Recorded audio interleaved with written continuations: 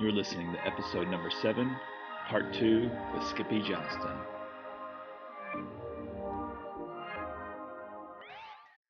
Welcome to the Creatives Unite podcast, hosted by Alex Moore, former Hollywood actor and side hustle jeweler, and Wayne Ostrowskis, former professional athlete turned apparel designer and maker. Each episode will bring you inspiring stories and advice from creative business owners and side hustlers from all over the globe. Thanks for listening, and we hope you enjoy the show.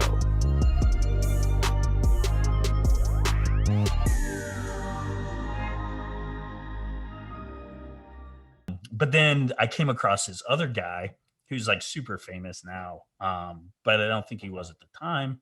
This guy called Mr. Money Mustache, and he runs this blog that's kind of considered to start what's called the FIRE movement, which is financial independence, retire early. And it was this same kind of idea. It was like, the plan for society is that you work 40 years and then you retire at 65 on Social Security and whatever you've saved. Like, it doesn't have to be like that. And that kind of opened my mind to this idea of side hustling, or really just aggressively saving. Like, you don't have to save for 65. You can save for 35 if you want. And then what you do at 35 is whatever you want to do. And so I started coming up with just these plans that I called the Cubicle Escape Plan. And there have been a lot of boom and busts. You guys want to talk about real estate, and that's the one that's sort of like bread and butter. But I've done a lot of things that have worked and not worked to various degrees, but we don't have to just talk about real estate. Sure. Yeah. But yeah. it was a reason to get you on, though, at least, right? So absolutely. So talk about whatever you want, bro. Yeah. Educate us, because I want to retire early. I guess you could say retire, but you probably still want to do stuff too. You just want to be financially independent, financial freedom, to where you don't need any job if you don't want a job. Exactly. It's about, I honestly think, if you think about it as freedom, I actually think that it has made me a better employee and has made me more successful, sort of having this construct. And I actually look to hire people that have side hustles now. I get to do a lot of hiring, because do I really want somebody to work for me that is just punching a clock? Or do I want someone to work for me that's so hungry, they work all day for me and then they go home and work again, right? Like, if they can bring that passion to, like, now I'm not interested in being, in freeloaders, or someone who wants to pretend like they're working for me and then go home and do their own thing. But if they're truly that on fire that they want to come in and put in a solid 40 to 50 and then put in another 20 on their own thing, like, those are my kind of people. So anyway, like, I Cubicle Escape Plan. Yeah, Cubicle Escape Plan. So we kind of jumped off the deep end. I had the usual. I had a car with a payment. I had a house with a mortgage. I had all of that stuff. Just, I would get a raise at work. I would get a new job, and our lifestyle would creep. But I was still saving, the like 10% that's recommended to retire, and doing my 401k or whatever. And then the Mr. Money Mustache thing, it just opened my eyes to, like, the fact that that's not how it had to be. So we sold one of our cars. We went to a 1-car family. I started riding a bike everywhere. Yeah, I remember that. And talk about memes. So, I have a daughter, Story, and a son, Henry. Well, Story was really into um, Tinkerbell. Tinkerbell has this whole world outside of Peter Pan, if you're not familiar. And like all of the fairies have different kinds of capabilities, right? Like there's nature fairies and water fairies or whatever. But Tinkerbell is a tinker fairy. And that means that she just likes to tinker with stuff. And that's what I've realized I am, right? Like I'm a tinker fairy. I just see everything is connected, and I don't really want to be the best at anything, but I want to like understand how everything works. And what Mr. Money Mustache unlocked, what Seth Godin unlocked, was this idea that there is a program and you can do the program. And that's what most people do. And that's fine. Right. But the people that I've always admired, like they don't do the program. Right. They do something that's more than the program. And this kind of gets back to the Kurt Cobain thing. Like, I'm not interested in being countercultural for the sake of being countercultural, like culture's bad. I'm interested in being countercultural, like what is what are the boundaries of the world that we can push to like a cooler, better place, right? And I think being financially independent allows me to do that in a better way because I don't have to worry about like paycheck to paycheck, right? Like if my boss, who, I have a very good relationship with, partially because I'm financial independent, says something stupid, I tell him it's stupid. Like we're friends, but I don't do the politically expedient thing and tell him like, oh, this is a great idea, like, and vice versa. And it actually allows us, you know, just like that peripheral opponent that you have personally, you can have those peripheral opponents as a team, right? And if you don't call out your team when they can do better, like you're not actually being a good teammate. But when you have the worries of where's my next paycheck coming from, you can't afford to put your own life on the line, right? And so that's what really inspired me. And, you know, at that point in time, particularly when I found the Cubicle Escape Plan, it was coming out of like the 2008 recession. I was a contract employee and I was worried about all those things. I had just had a kid. Like I was worried that, how am I going to take care of my family? And we really wanted my wife to be able to stay at home alone. That was part of why I left teaching. And so anyway, you know, uh, I kind of said, "Oh, well, let's do this."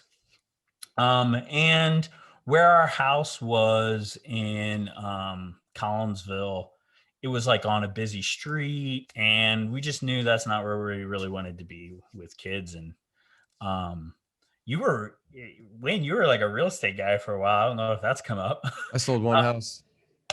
Well, you almost sold two, man. We really wanted that house on Lakewood. Yeah, I was in mortgages and then got into real estate, got my license, and yeah, that wasn't my favorite angle or experience. So, Yeah. I went a different route. Keep going on. I want to hear about, man, your kind of the skinny version or however you want to put it of like, Just real quick. Oh. Yeah, there are no skinny versions with me. Sorry. Real quick. I just had a question, Skip, about your when you said the Cubicle Escape Plan. Is that a plan that's you've come up with, or is it a one that you've taken from like Mr. Money Mustache? And it's funny because like you're talking about the Linchpin by Seth Godin and Mr. Money Mustache. You got me into both of those, that book and that blog and stuff. Yeah. But yeah. So anyway, the Cubicle Escape Plan, was that your own thing, or is that like a set program that's kind of out there? Yeah, no, it's homebrew, but it's basically like Skip flavored Mr. Money Mustache, You came up with the name then? Yeah. Good name. I like it, dude. Yeah, no, seriously, this is good because this is, you're talking about side hustling. It doesn't have to be one thing. It's how you move and free up money to then do more side hustling, whatever that might look like. Basically reinvesting in yourself. So tell us how you educate us on how, we could learn from you on how you did some things that you think would be helpful for anybody to know. Oh yeah. I mean, I don't recommend doing everything the way I did it. I can tend to kind of jump in the deep end. Well, And I did some stupid stuff. Sorry, my dog okay. barking. Um, yeah, so it's really good now. My wife and I are, you know, really enjoying our relationship more than we ever have. But there were some rough years too when I wanted to ride my bicycle and it was 4 degrees outside. you know, like she does a good job of smoothing out some of my extremism sometimes. Oh yeah, I could see that. So Kate was in Mr. Mensa's class, by the way. We got to say that. Yeah, yeah, That was we all really got along well. And then that ended up, you ended up being married now for how many years? yeah. So it'll be 15 years this year. Okay, congratulations. Yeah. I just wanted to note that because that's a profound piece of the Mr. Men's class being Skip's favorite. Because for me it was Mr. Haskett, but for Skip it was where he met his wife, or not met, but Well, yeah, we met in 7th grade, you but know what I mean, right? Like eighth grade, yeah. 8th grade, we became friends. 15, we dated for the first time, and then we spent 10 years, uh, I don't know, playing hard to get for each other, Apart, I yeah. guess. Um, but yeah, I mean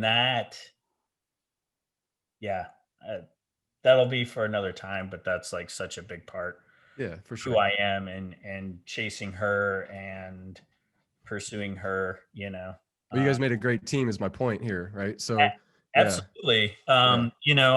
I went to school for science. My degree's in biology, and she's an artist, and has a degree in art. But it's so funny, like some of the different ways they were wired or whatever. But like everyone would always ask me, is like, how does that work? Like, how does a scientist and an artist? But like to me, there is nothing more artistic than like truly doing science from like a creativity perspective of like I'm going to invent something and then test it and invent it and test it and invent Everything's art. The way you live, sports, music, it. Right. everything's art. Yeah, I'm with And you. that's Science, math. yeah, and that's what the War of Art is all about. That book is how like everyone's an artist, and um but or everyone could be an artist, but it is not an easy thing to do. Like you really have to face yourself in bringing your art to the world. Um, Hell yeah. so anyway, back to the Cubicle Escape Plan. Yes. We decided that house really wasn't for us for like raising kids because it was just on a busy street, and you know we've already talked about how awesome our childhood was, and I'm sure you guys have talked about it as well. And I just wanted to have some component of that for my kids.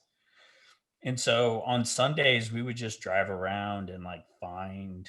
We weren't even looking for houses. Like our house is pretty generic suburb, not really categorized style at all. Um, but we were looking for these neighborhoods that had like some components that probably sound familiar. Like it needs to be a dead end neighborhood with woods, um, and and there needs to be kids outside playing, because it's crazy, man. You drive around on a 70-degree day now, and there aren't kids. Like they're just not.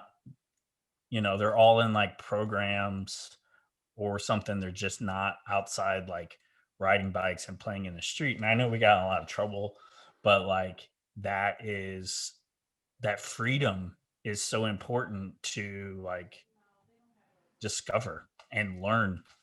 And I just wanted to make sure my kids had an opportunity for that. So we drove around looking for houses, and we found a neighborhood, and it was above our means, but like it had a foreclosure house on it.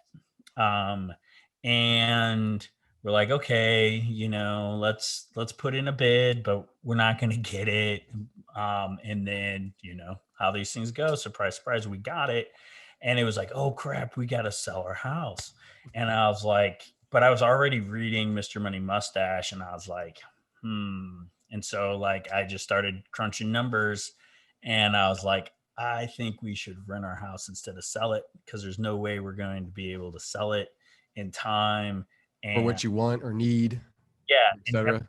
mortgages with like no income. And then, through our network of friends at the same time, uh, we we found like three dudes who were looking for a place to live. And I mean, they lived in that house for 6 years too. So like, luck favors the prepared. But like, if you're going to get into real estate rentals and you can find a 6-year tenant, that's going to get you off on the right foot. Take it. Yeah. Yeah. I mean, I didn't know they'd be 6 years then. Yeah.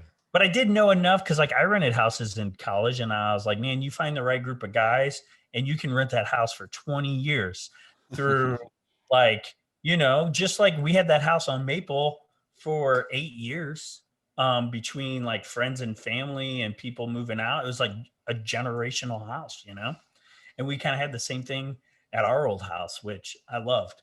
Do you still have that house? Yeah, still have that rental. house. Yeah. And so, I, at this time, start getting really close with my boss. He grew up in Missouri, but very similar childhood to ours. He's just a couple years older than me. And, was a really good mentor to me too. Like, just one of those guys that like, like I've said, I can kind of be all over the place, but he really would like listen to me and like tease that out. And like, he's like a really strategic dude, and he would figure out ways. Like, he would listen to my craziness and be like, here is what will actually work in that. And like, we would become, we put together a plan together, and our careers at the company that we work for have just been like ladder steps, even though our careers have gone in totally different directions, just because like, we've been that sounding board for each other.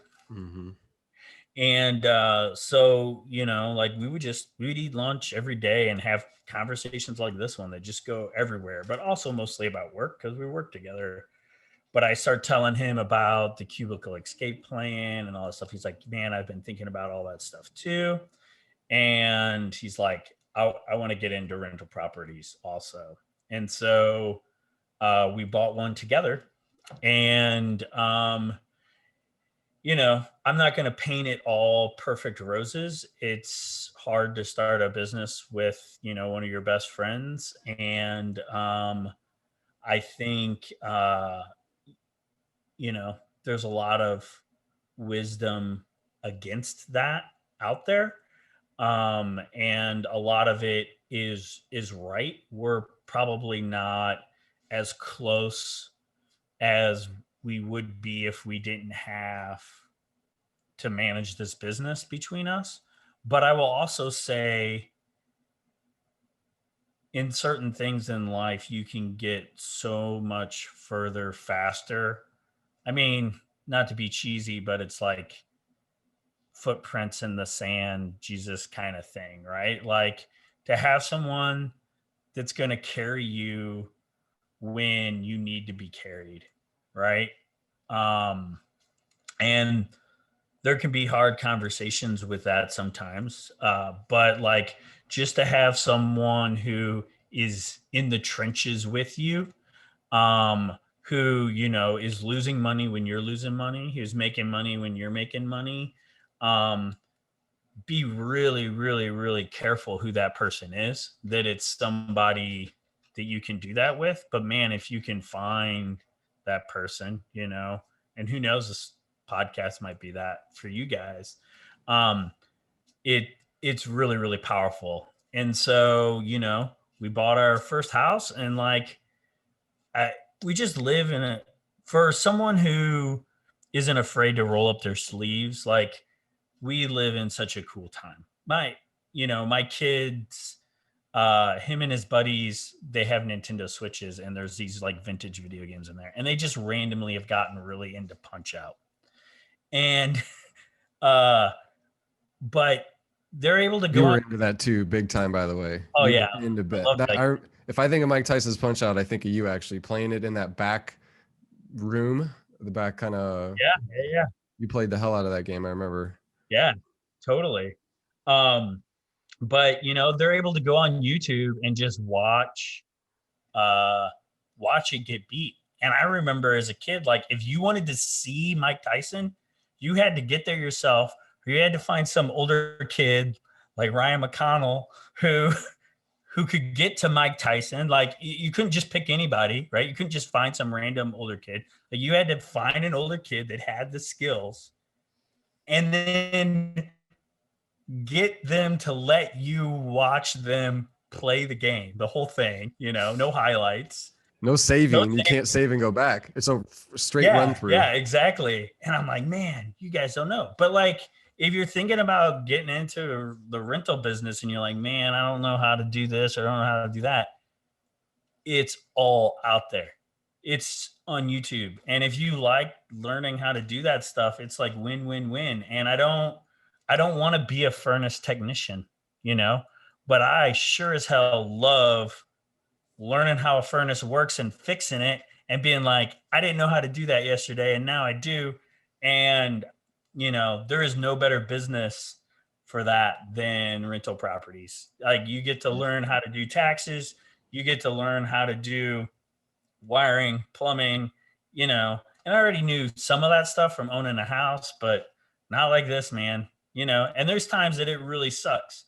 Like, I don't want to go fix a toilet on New Year's Eve, but it's cool. And, most of the people that do it, it's changing. Like, it really is. And I don't think there's as many straight up assholes as there used to be. Like, but for the most part, like, landlords haven't been good people in the past, and it's cool to like, have a business that I know me and my buddy are running with integrity, and bringing something that people really need, oftentimes to like college kids who like the a-holes could totally take advantage of and do. Most of our properties that we've bought because the city has put in new rules where they have to be inspected at a higher level. And, the slumlords don't want to do that anymore. They don't want the man on their back. And so they want to get out. And then we buy their property and we fix it up. And, So you and your friend have a property. How many do you have? So we've had 9. Now we have 7. So, like I said, it's not all roses. We were killing it in the beginning, and we were killing it to the point that we got real cocky and we're like, let's buy some commercial properties. And it sucked, man. Like, it's real depressing after you've had a business for 3 or 4 years and you're watching the bank account do this, and now all of a sudden the bank account's empty and you're like not going to dinner that week with your family because like you have to write a check out of your personal checking account to cover the mortgage for the rental property, So what happened? What happened there, Skip? We fucking sold them. Yeah. Oh. I mean, we sweated it out for a while. One of them we got rented, and then once it was rented, it was easy, because it's what's called a triple net lease, where the tenant is literally paying for increases in taxes. They're paying all of the utilities. They're paying I honestly don't know why you would. It's really common. But to me, like, a triple net lease is a raw deal because basically you own the building without owning it. but that's the way a lot of commercial leases are done. I mean, and it's obvious because you don't have to have the cash outlay. You don't have to have that debt on your books. That's why it works that way. But for us, it was like, man, once we got that rented, it was like pay dirt. But we had also got a little gun shy, and we still had one building that wasn't rented, and it hit all these zoning issues that like we didn't know about in terms of like, because we were going to rent it as a house. It was a big, beautiful house. I remember that one. You were asking me about it. You asked me. I was one of the people you would bounce stuff off of here and there, like very, very here and there, But I remember you talking about that when you kind of got hung up on. Go ahead. Yeah. And so, yeah, it's just, it's like a classic sort of county seat situation. You have a million lawyers in town, and you have these big, beautiful old houses on the main street that a lot of law offices are in. Well, it's a house. We were going to rent it as a house. And we're young and stupid. I mean, this is embarrassing to say, but I'm just going to put it out there so that people can learn from it. But like, it was zoned commercial, and it wasn't grandfathered. And the person that owned it before us was this little lady that was running a bookstore out of it and living there essentially illegally. I remember going to that bookstore, by the way. And but what happened was when the city went to shut her down, she got in the newspaper like evil city tries to shut bookshop down. And so they just kind of did one of these. But on the books, the zoning was that was a commercial space. She wasn't allowed to live there unless it had like a second entry, and like basically to convert it into a legal called multi-use, where it could be a rental upstairs and a business downstairs, would be like 50 grand. You had to put in, I bet, a stairage system out the back and cut a door out. Okay. Yep. And we just didn't have it, no. And the kitchen was downstairs. Like she literally was living out of the bookstore. Like the living room was her bookstore. The rest of the house was her house. I remember that. We bought books there, and it would be packed. Yeah. And she's awesome. I'm not knocking her, but I will knock the guy that owns the building. I talk about like landlords. Yeah. Like this is the dude, and he knew all this, and he didn't tell any of us this. Yeah. So the bookstore lady was awesome, but she had a really bad experience with the tenant, or with the landlord rather, and she knew that all of that stuff. The fact that she was living there illegally, like she kind of got roped into it too. She didn't really know. And so we bought that place. We bought a whole bunch of places from this guy because it was one of those deals like I was telling you about where like they didn't really want to deal with, the city was trying to clamp down on him and he didn't want to be clamped down on, he wanted to keep being a slumlord. So I mean, just a random story about him. He had this other place where a guy was like living illegally in the basement with a deer, like a deer. Like you would see in a meadow. Mm-hmm. So a live deer. Yes, a live deer. So anyway, we buy the place from him, and then we go to get our license and stuff from the city. And they're like, well, there's some problems, and we need you to fix this. And it's like, well, why wasn't it fixed already? And they're like, oh, well, like they didn't want to basically say like we were politically forced to not do it, but now we have a new fish on the hook and we want to make it your problem. And so, we just didn't we didn't know what to do. Like, and the bookstore lady, she moved out right at the end of that guy owning it before us. And, we still take our kids there. Like I said, she's an awesome lady, but that situation was bad and she just wanted out. And so then we ended up getting the building by the time we got it vacant. And we wanted to put we wanted to treat it as a house, like I had said earlier. And so then we had tenants, we had a lease signed and everything. We went to get some stuff buttoned up with the city, and they're like, no, it's zoned commercial. So if you want to do it, you have to do all this stuff. And like, learning by doing, we had really stepped in it, and we didn't have the cash to step out of it to do these kinds of changes. I mean, we we ended up tearing the garage down. The garage got condemned. We ended up tearing it down ourselves with like sledgehammers, because like we didn't have the money to have it done. And so then we had the other place rented. This place continued not to rent. We finally found a buyer. They're still there now. They opened like a floating room massage thing, and they live upstairs, and they had the cash to do the changes they did. But we kind of took our lumps there. That really took the wind out of our sails for our business, probably for like a couple of years. We had those places for a few months, and it's just, you get gun shy when something like that happens. It's like having an injury or something.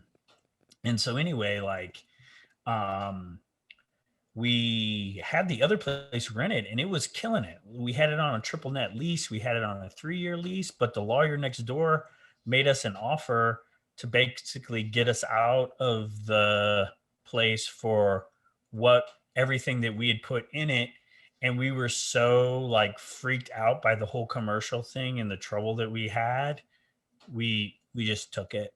And I kind of regret that, because, the business that was renting from us, the lawyer pushed them out, but they moved somewhere else, and they're still there, and they're doing good.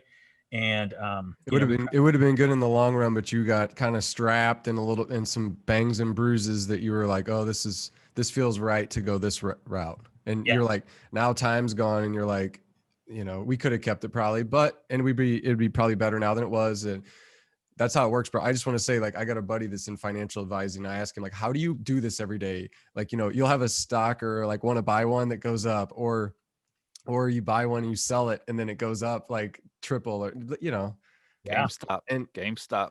As an athlete though, I remember all of my, like, in baseball especially, I remember like my failures as much, probably more than I remember my accomplishments in the moment.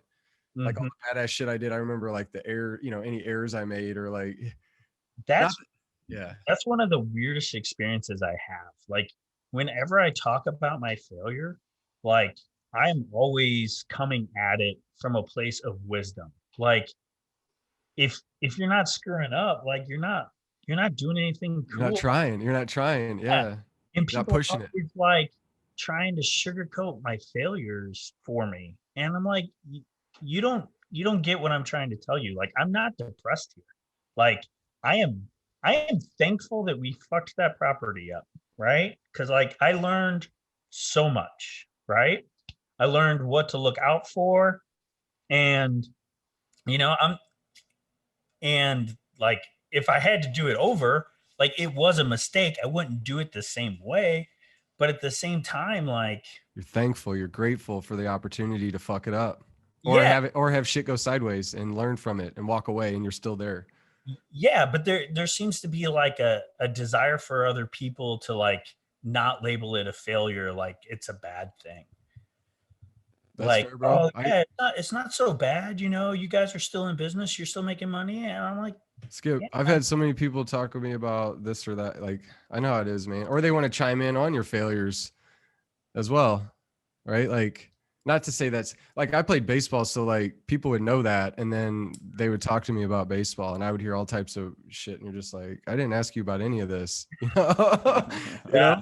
It happened more than I'd like to say, but that taught me something about humans, and it goes back to Mr. Haskett's class. I'm coming to you guys, like, you're who I want to be around, because you see what I'm saying? Like, I don't want to be around that person that's whatever that looks like. So you realize who gets it, and that's a very precious thing.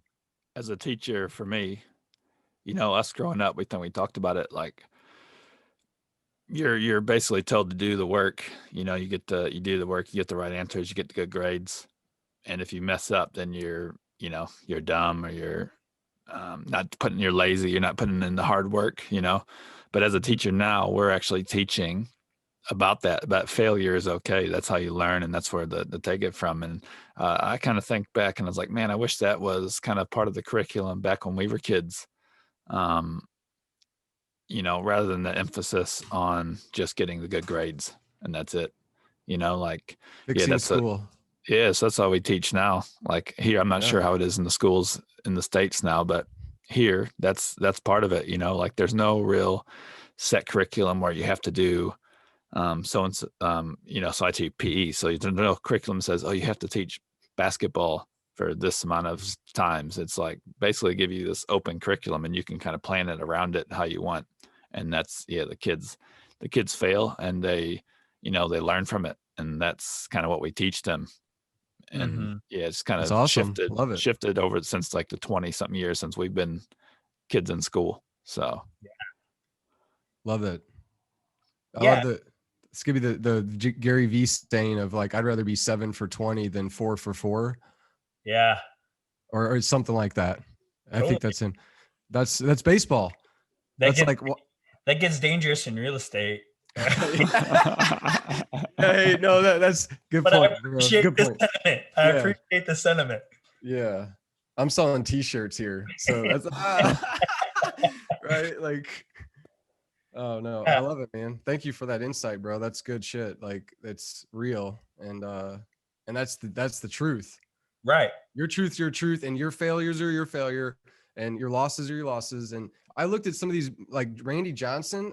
I want to say I'd have to look it up. I don't want to be, his like win-loss record is like maybe the same. Like he might have been a 5, you know, like right down the middle, 500. And I look at some of that really puts some perspective for me. These Hall of Fame pitchers that barely won more games than they lost.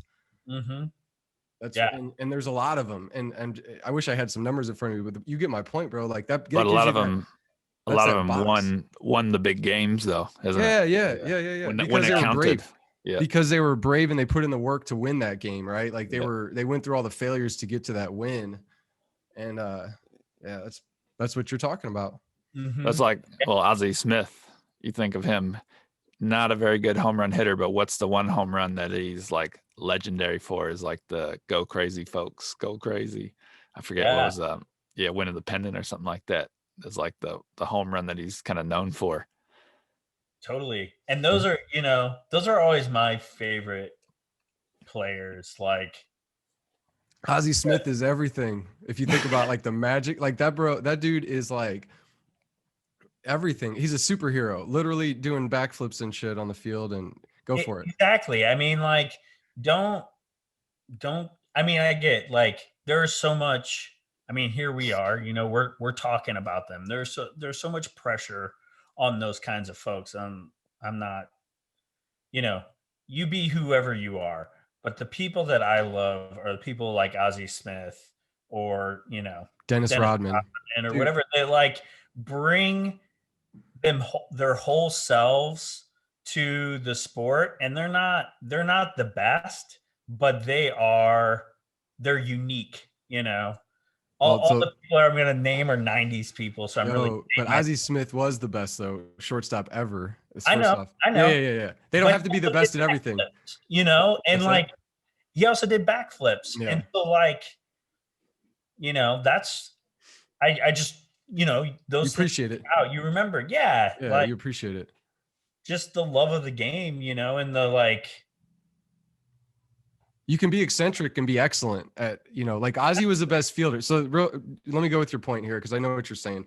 They weren't the best, but they were the best at. So Rodman was the best rebounder and defender at the time, and I loved watching him play because of his passion. And Ozzie Smith was the best fielder maybe that's ever lived.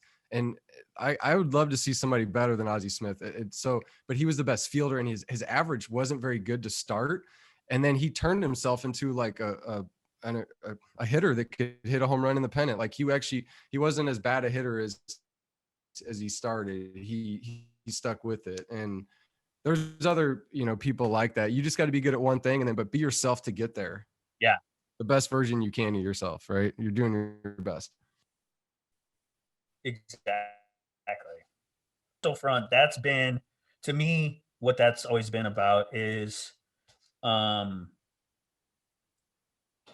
creating sort of this like base of passive income that allows me more bandwidth to screw up other things and experiment with other stuff, you know. And I have a handful of dudes used to have them over in this room. I've got a table that's pushed over in the corner now, but like used to have what was called the Barons Club, and it was just like guys that also nerded out about this stuff, whatever it was. You can't see it over here, but there's a whiteboard, and like we would just hang out and like talk about like crazy business ideas and like how they might work and whatever. And so like real estate and rental properties is just like the safe one to like be a springboard for all the other crazy ideas like automated, you know. Yeah. Whatever. I've got a wild, like my own personal Theranos kind of story to tell you guys if we've got time for it, or maybe you want to do it another time. But Go for it. so when I was doing this Mr. Money Mustache thing, this is before the rental properties were still at our old house. I was riding my bike, you know, and I was the last bus stop pickup on this express route before it went into the city. And that sucks because there are 2 bike spots on the bus. And so if there's 2 bikes on the bus already, you can't bring your bike on the bus. So you're screwed. That means you're walking, right? And so, you know, it's just like these other bikers, I freaking hated them. Because like I would have to walk, you know, and once I got to work, it was like Or ride your bike. It was a mile to from the last bus stop to my office. So like, you know, it would totally screw my day. Like I would think, you know, a 5-minute bike ride turns into a 20-minute walk. And I mean, we've already covered how late I am all the time. So, and you like to walk. yeah. So anyway, there's this weird Pee Wee Herman looking dude on our bus. Like, I'm not kidding. Like, he rode like the Pee Wee Herman bicycle with the handlebars and red or whatever. And I had a locker at my office, so I would always just be wearing like shorts and a t-shirt or whatever was comfortable to bike that day. And I had this band t-shirt, it's Hum, and it's like a molecule on it, but one of the functional groups says Hum. And this dude one day is like, hey, do you know that that's acid? And I was like, what? And he's like, on your shirt, that molecule is acid. And I had no idea, you know, I should, but I just never bothered to like think, oh, what compound is that? I'm going to look it up. But he's like, yeah. And he's like, and do you know that you were at my wedding?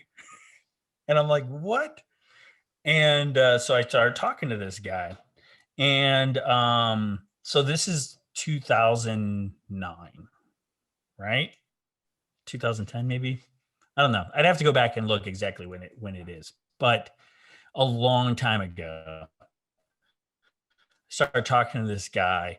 He is a millionaire, and you guys are going to laugh at what he's a millionaire for. He's a millionaire then. Okay, remember the millionaire for Bitcoin. Because Bitcoin had gotten to like $1,000 or $300. Like, he was in on the absolute ground floor of Bitcoin. He could be a billionaire today. But he starts talking to me about this. I idea that he has. iPhones had just come out, and he starts talking to me about um, what I do. And at that time, I'm doing a lot of like search engine optimization kind of stuff. Um, and he's running this website that's all about like being totally objective when it comes to politics, and only writing articles based off of like actual numbers. And some of his articles got picked up and were going viral and growing like crazy. And he asked me if I would like help him. And I had lighted other websites and stuff like that, so I was like, sure. And then he starts talking to me about this other idea that he has, which to this day I think is actually amazingly brilliant, especially for the time that it was. But basically, it was a system to interconnect all of your, like, today you might have like a home hub like Alexa or something like that, where you're integrating all your smart home stuff. But what this app did was it integrated all of your apps that you might be using, like your banking app, your tracking, your like Lose It diet, or your fitness running app or whatever, and even aggregate any of your own personal things that you wanted to put in there with like a mood tracker to basically run statistical analysis on yourself to see, like, how is your diet affecting your mood? How is your exercise affecting your mood? So on and so forth. But then also building an ecosystem where companies could run clinical trials for volunteer groups and pay them for the interconnection of their data and roll them out directly on these apps. So like, if you were a pharma company trying a new drug, you would develop an app for this platform, and then you could just interconnect it there. And so I started moonlighting for this guy, and he was paying me. He was funding this whole business with his Bitcoin millions, started unraveling that. And like truly, truly a brilliant guy.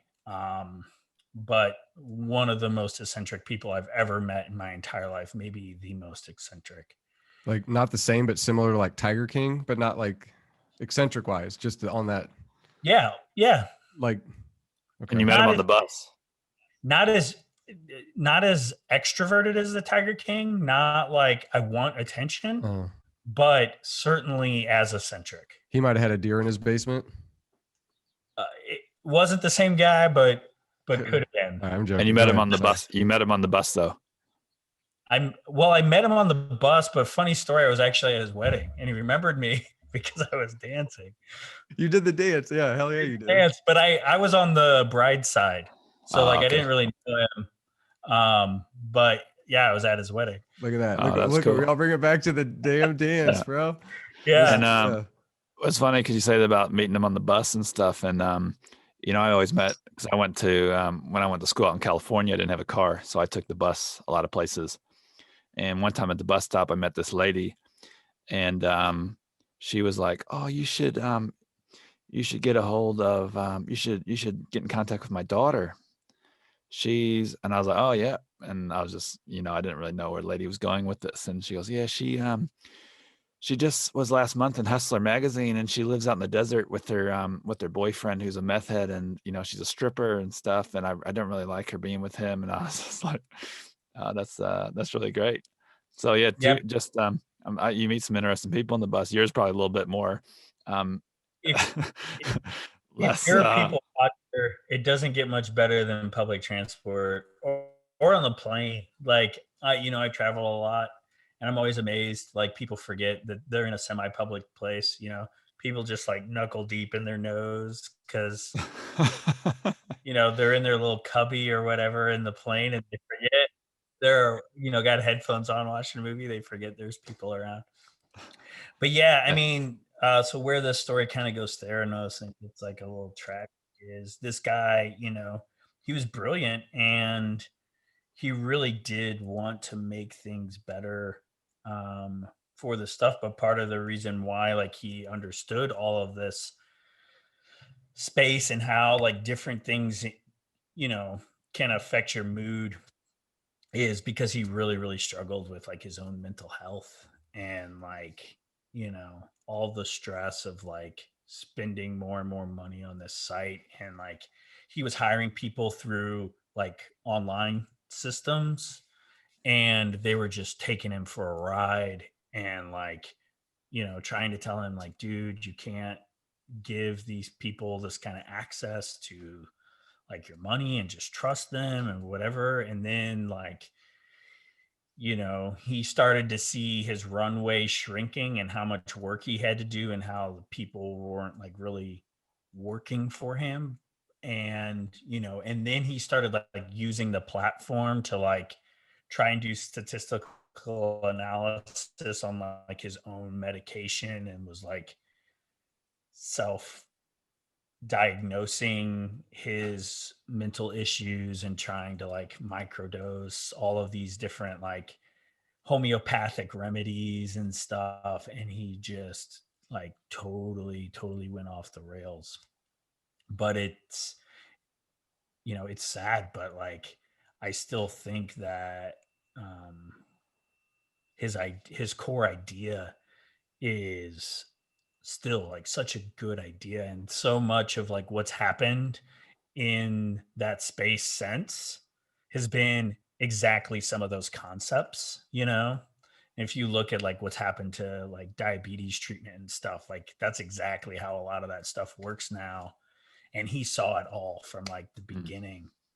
And I mean, he was buying Bitcoin for like 13 cents. Like he saw, I mean, he knew about Bitcoin. Like most of us didn't even know what it was then. Yeah. And you can be bull or bear on Bitcoin. I don't really care, but to like be that early in on the concept, I think kind of shows some of how the guy was. So yeah, I don't know how that story ultimately connects, but I always think it's interesting. I guess just to say like, real estate is kind of the thing that's like shooting fish in a barrel once you figure your system out. But not that you can't make mistakes, like I obviously already explained, but um, I just want to learn about everything and do everything. What whatever happened to the guy? Do you still keep in contact with him or anything? Yeah. I touch base with him all once in a while. He's still sort of flirting with it. He's like a pretty brilliant chemist too, actually, and he worked on at a chemical testing facility. They did like expert. So like this is kind of, but like he would basically be a representative in court as a chemical expert, and his company would be hired like, you know, you said this was this grade of steel, but it failed at this point. So now this company's suing the railway or something like that. And he would uh, uh, analyze it from a chemical perspective down to like, the particle level, and then go represent whichever side in court and say, yeah, they said it was this grade steel, but you can see by, you know, we ran mass spectrometry on it and there's all these impurities. So it's obviously not that kind of He's like an expert, or whatever. expert witness. Yeah. And so like that's what his company did. And it was like family owned somehow or another. And so he just, he had to go back to work because he basically quit work to do this full time and was using like his Bitcoin money to fund it. But yeah, I mean, if he had just kept that Bitcoin money, he'd be a billionaire. And he'd probably be able to focus full time on that project. I would say he absolutely would be able to. Sure. Yeah. But, time is also money too. If you bring something like that to market, I mean, timing is just so important. You can bring it to market too early too, right? But, if he brought something like that, it's funny because, my job now working at Merck, I see so much of the things that we were working on the light bulbs are now going off for like major cancer centers and big pharma on how to use that stuff to bring therapies to market faster, Mm. because so much of what it takes to bring a new drug therapy to market is literally just coordinating the data. Um, so yeah, I mean, I think he's still putzing with it. He got sponsored by Amazon for a while, and was like, in newspapers and stuff. But yeah, he just Oh, kind of, we wish him well here from the Creatives Unite podcast. We are yeah, pulling for yeah, that man. yeah. Pulling for you, bro. If you ever watch this, Skippy loves you. He, I do. he I do. appreciates you. But he also is like one of those people, like, this is the same time as I'm reading Lynchpin and these other things. Like, I'd read these books on the bus, and like, to meet that guy, even though, It was meant to be. yeah, I mean, he really did inspire me in Yeah. a lot of ways. Yeah. And he saw you dance and you inspired him. And that's, Yeah. that's why that's part of why he talked to you. But he probably was like, oh, I recognize that guy. And then he's like, oh, he's wearing a shirt that has an acid molecule on it. I'm going to tell him that. And then I'm like, and I saw you at the wedding. You know what I'm saying? Mm-hmm. But he went out of his way to talk to you because he saw you at the wedding. It's not because of your shirt only, right? Yeah, totally. And then that's from the rad. minute I talked to him, it's the same kind of deal. Like, oh, I'm riding the bus to save money because, like, if I'm able to save money, I'm able to do these other things that I want to do. Well, is that a good segue into just talking about the cubicle escape plans, just shedding debt and being conscious with your money, and how anybody could do that, and maybe some of the things that you definitely would suggest or you did or wouldn't suggest, whatever. Sure. Yeah. There's probably some apps out there now that you can just download on your phone to do this. But I did it on a spreadsheet. But I think one of the most powerful things for me was to not buy anything with money, but instead in my mind, buy it with cubicle time. So, once you get over that first hurdle of like basic investing, like, you can spend $1 and it's gone forever.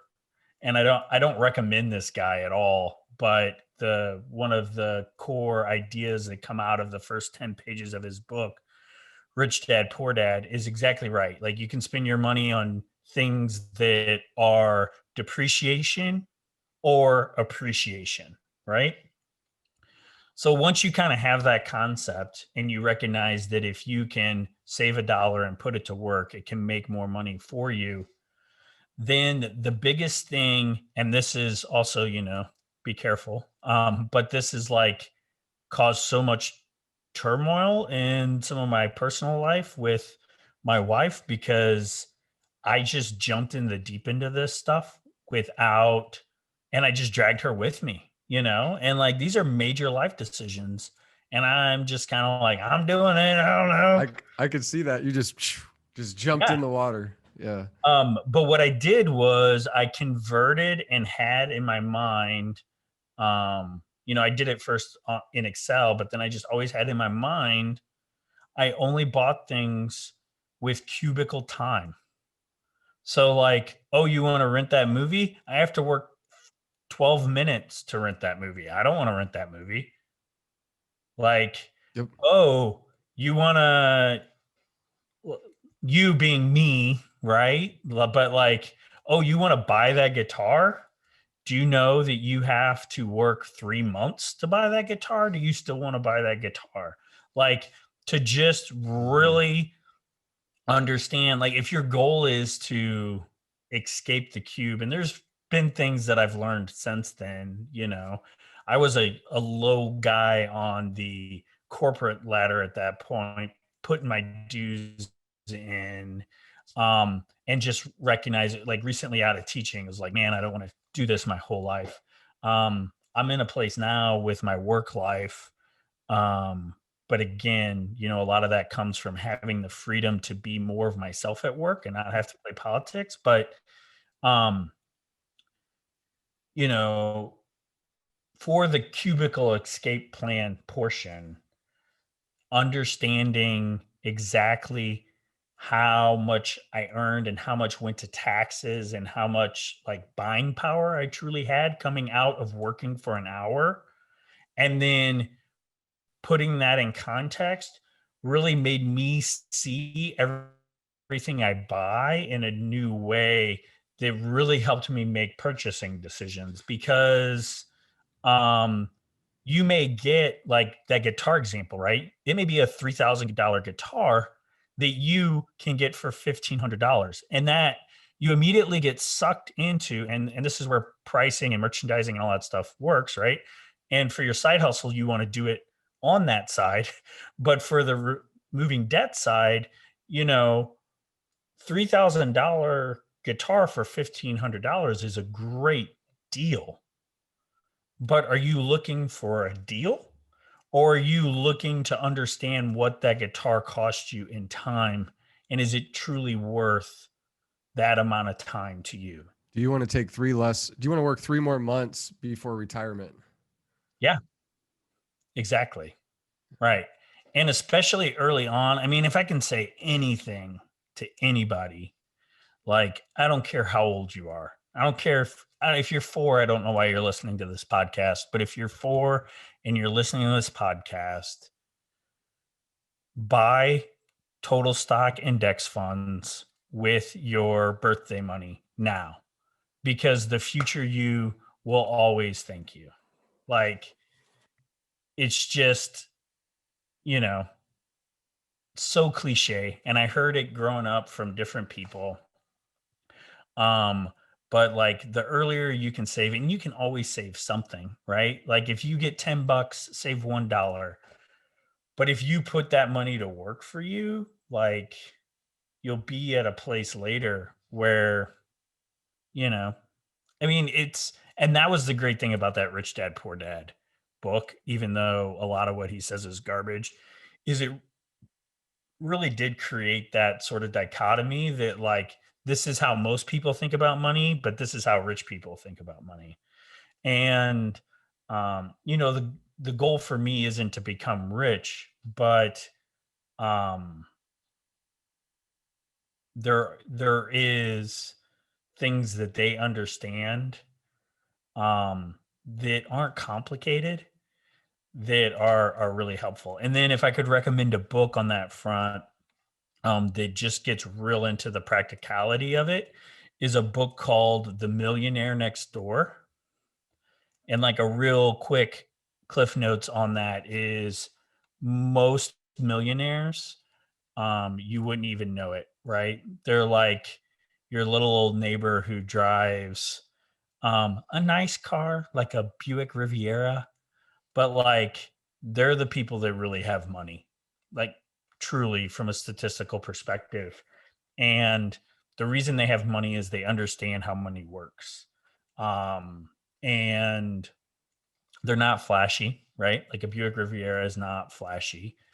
There are people who have massive incomes that can be flashy, and that's what we think of as rich. But most wealthy people got wealthy by investing their money. So taking your money, and that's where you look at that the cubicle time. So part of how and I think most people that are obviously building a business on the side, your cubicle time was taking your extra money you made and putting it into the real estate, and then making that money work for you. And then, like, same with Alex and I with our businesses, right? So I think the beauty of that, though, is that you're investing in yourself, you're betting on yourself.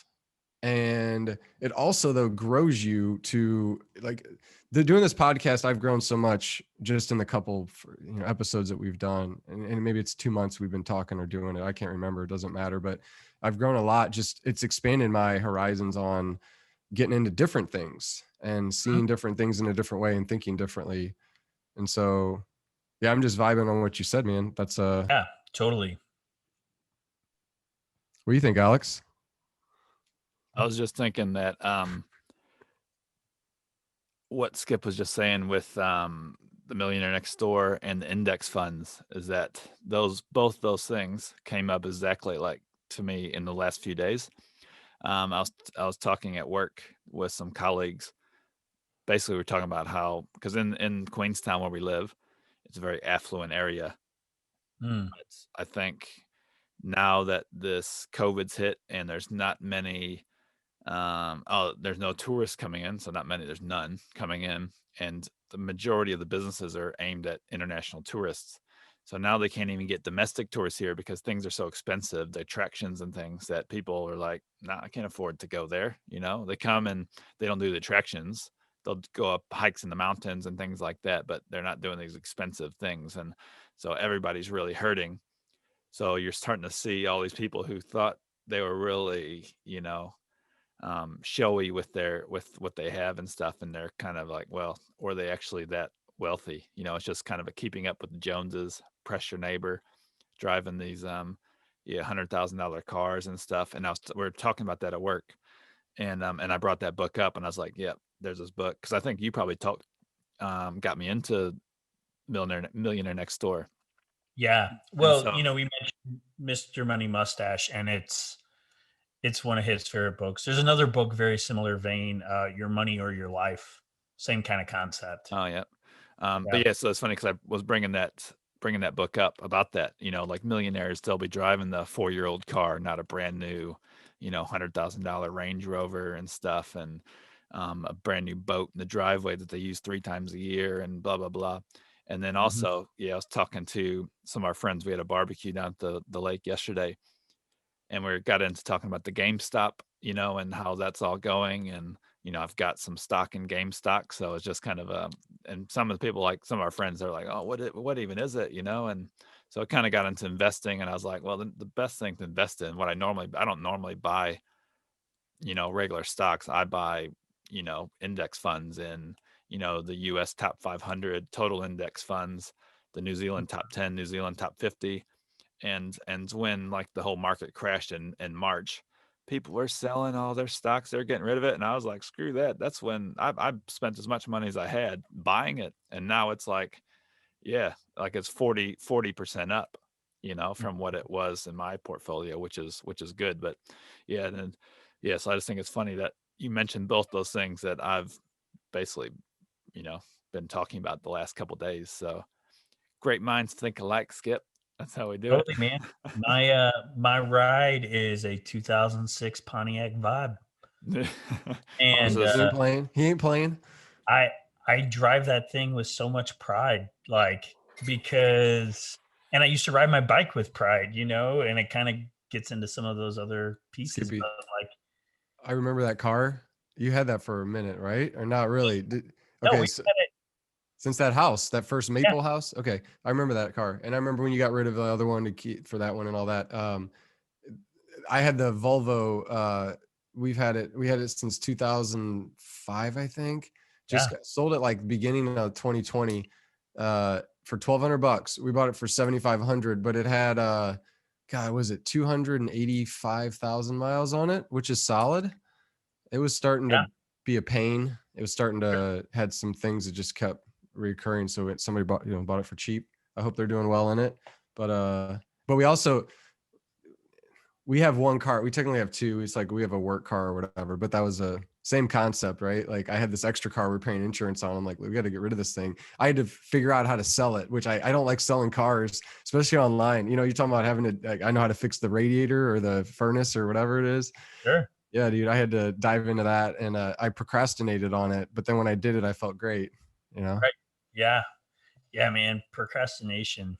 Yeah, I drive a 2006 Hyundai Sonata, and we also got a 2009 Toyota Vanguard, which is like a Japanese import. Both like paid cash for, so we're not having no payments and stuff, and it's so good. After I made my first car, no, not my very first car. When I first got a job, I bought a brand new truck right off the lot, and after that, I was like, not doing this ever again. Just it's Yeah. so nice not having any car payments or anything like that. So it's the Hey, way to go. Skippy, I want to ask you about car payment. So think of this way too, though. So, okay, so if you have a small car payment, say it's like $5,000 to $10,000, and you have it at a low interest rate, so you're not paying much to have it, is it, and you're not going to stop paying that payment until it's all paid off, or if you refinance, I guess. But like, my point is, if you have a low interest rate and you got money tied up, or it's not even tied up, you got credit working for you.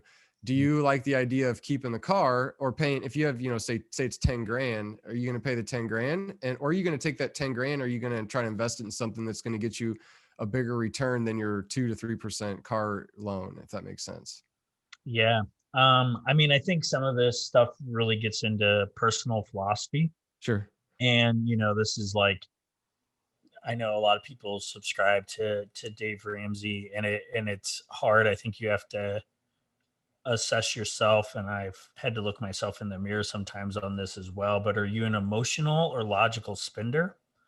And like, can you really be honest with yourself in that assessment?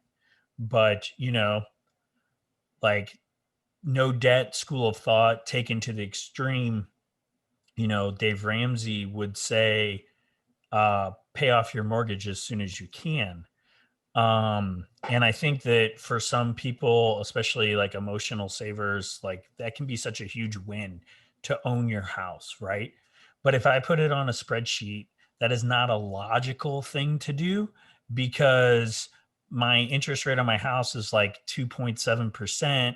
And in the market, sure, it'll go up and down, but over time, I'm expecting bare minimum 6% returns. So if I'm paying debt down, you can think of debt paid down as basically you're paying yourself the whatever the interest rate is on that money. So if you pay down $100 worth of debt that has a 2.5% interest rate on it, you're saving yourself 2.5% interest. Now, if that's a high interest credit card at 22%, pay that shit down, right?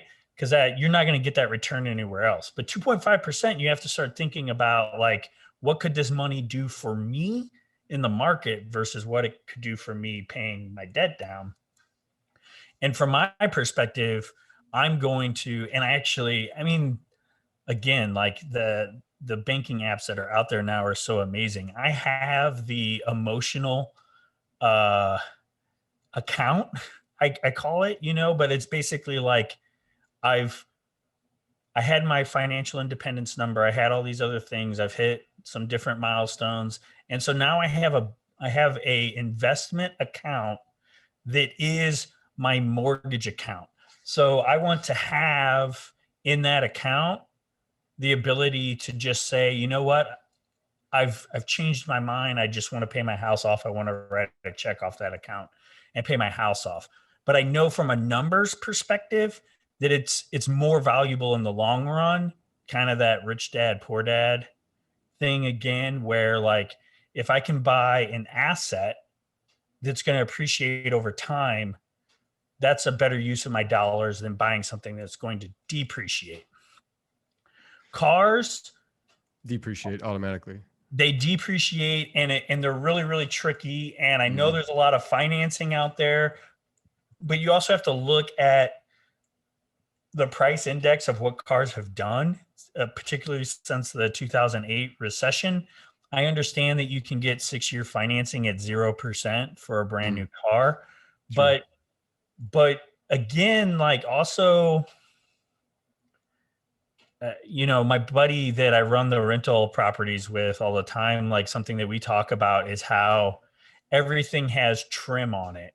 It seems like a car seems like this finished thing on the outside, but you open it up and it's just an engine on the inside, right? And same thing if you're finishing floors, like a floor doesn't actually go all the way to the wall. It's the trim that covers it, Yeah. It's a facade almost, or Yeah. a shell. Yeah. And everything has a facade. A website, you can look at the code. Like the website is actually a facade. You're looking at the outside of a website when you're on it, but behind it is just all of these things that make it work. Yep. So with a car, what are you getting and what do you really need? I mean, all we really need is a car that takes us from point A to point B. But you know what? I don't like plugging my phone in every time. I want it to automatically sync to my car. Okay. Different value for different things for people. Yes. But what is that actually worth? And can you do it with a $300 aftermarket stereo system. Yep. I just put a new stereo in the Vibe. Yeah. You know, Boom. that car is 15 years old. Next year, that car should be driving itself because it can get a license. Yeah. But, you know, if I wanted to go out and buy a new car that has CarPlay and this stuff and that, other, like, that's all the facade, right? And so, you know, spend your money, get joy from what brings you joy. You can have things that you want, but you can't have everything that you want. And so just get real with yourself about what you really want. One of the things that I really want is financial independence to do what I want. And so that means I got to let some other things that I would really like to have go. And it's really just, you know, so many of us get caught up in the marketing world of just spending without thinking about it. And if I could just one sentence plug the best way to become rich is to really just think about what you spend your money on. Love it, Skippy. So flip side of that, houses. So Yeah. So here, let me throw the same scenario just in a house format. So I did the math, rough math. If I could pay off my house in 8 years, if I were to put an extra $2,000 every month towards my house. So I know that off the top, you're just going to like that. Yeah, you could take that $2,000, put it in a separate bank account. You still have it liquid if you need it, but when you're ready to write it, you got it. Right. Is that so? So then that $2,000 though, I can't use that on other stuff. So that's obviously I got to look myself in the mirror and what do I want? And I'm trying to just, and I could talk to you on the side on this as well. Right. Sure. Like this yeah, is anytime, man. much deeper than, I plan on hitting you up. We'll give you a break here after today, but just to get more granular. Right. But Skip can be our resident guest. I love that shit. Yeah, no, but you've spent time and you built a spreadsheet on it, bro. So I know this is you're a good person to ask. So like, say we got roughly, say you have a 3% interest rate. And like I said, for 8 years, you take $2,000, put it aside, sell off pay off your house early. What do you say about that? Yeah. So a couple of things. One, it's a fine point, but it's an important point. Don't just put that money into a bank account because you'll lose money to inflation. Understood. You have to invest it somehow, right? Got it.